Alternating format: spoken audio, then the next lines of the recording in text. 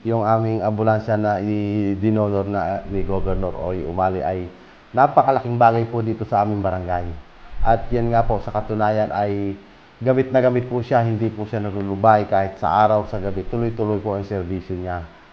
At nagpapasalamat nga po ang aking barangay na Barangay Bagong Sikat sa inyaward na ambulansya kasi po ay hindi na po pupunta ng munisipyo para makaresponde kaagad. Kundi andito na po sa barangay, madali po makakaresponde at madali po mapupunta sa ospital yung mga tao.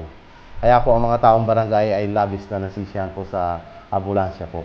Dati sa kolong-kolong daw sinasakay ni Chairman Marvin Garde ng Barangay Bagong Sikat sa bayan ng Gabaldon ang mga kabarangay na kailangang isugod sa ospital. Pero mula nang dumating ang ambulansyang handog ng pamahalaang panlalawigan ng Nueva Ecija noong Agosto ng nakaraang taon, 29 na pasyente ang kanilang napagserbisyuhan. Sinasakay lang po namin sa kolong-kolong.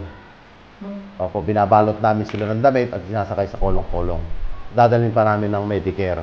Pero ngayon po ay may ambulansya na, naka-stretcher sila, naka-aircon pa po sila. Ibig ko sabihin, yung binadala namin ay labis na nasisiyan, lalo na kung buntes, ay napakasarap daw silang sakyan dahil kumpleto. May oxygen, may pambipi, may sabitan ng dextrose. Kaya komportable po sila pag yung ambulansya sinakyan nila.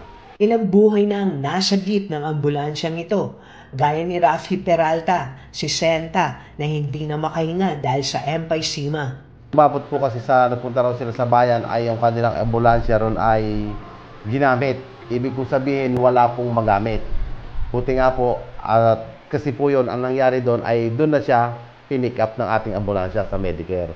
Kasi po yung tao na yun ay pasyente ron. Ngayon, kailangan pong dalhin sa ospital.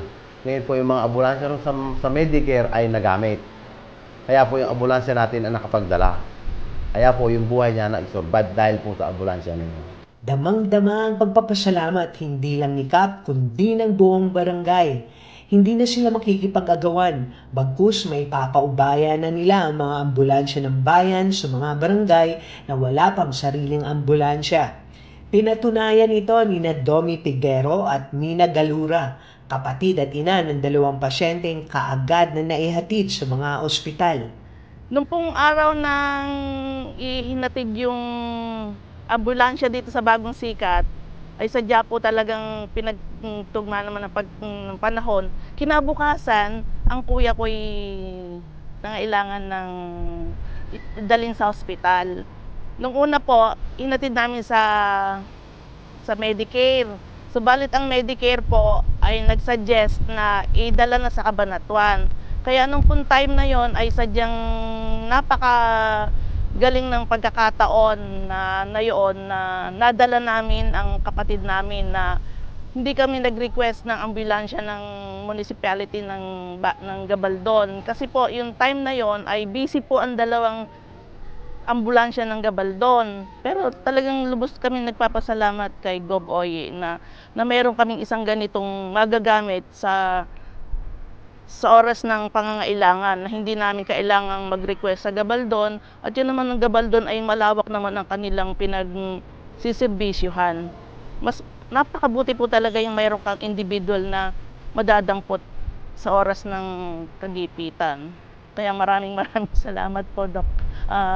Oye. Ay tumawag po yung anak ko, nasa Medicare. Sabi niya, ay mami, hindi ako daw pwedeng manganak dito. Ay sandali anak, ako pwede siguro tawagin natin si kapitan, yung ambulansya doon, kakong ganun. Eh agad-agad naman po siya, kaya lang nakatulog po siya. Sikap. Bandang, alanganin naman na kasi oras, alas 3 na. Agad-agad naman nagising siya.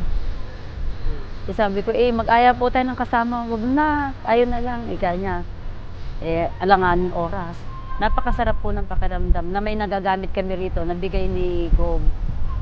Kaya sabi namin, sana po ay wag maputol yung ugnayan kay Gov. Pagdating ng emergency, nandyan may gagamitin ka agad. Yun ang isang pinakamasarap doon. Hindi ka tulad yung maghahanap ka pa.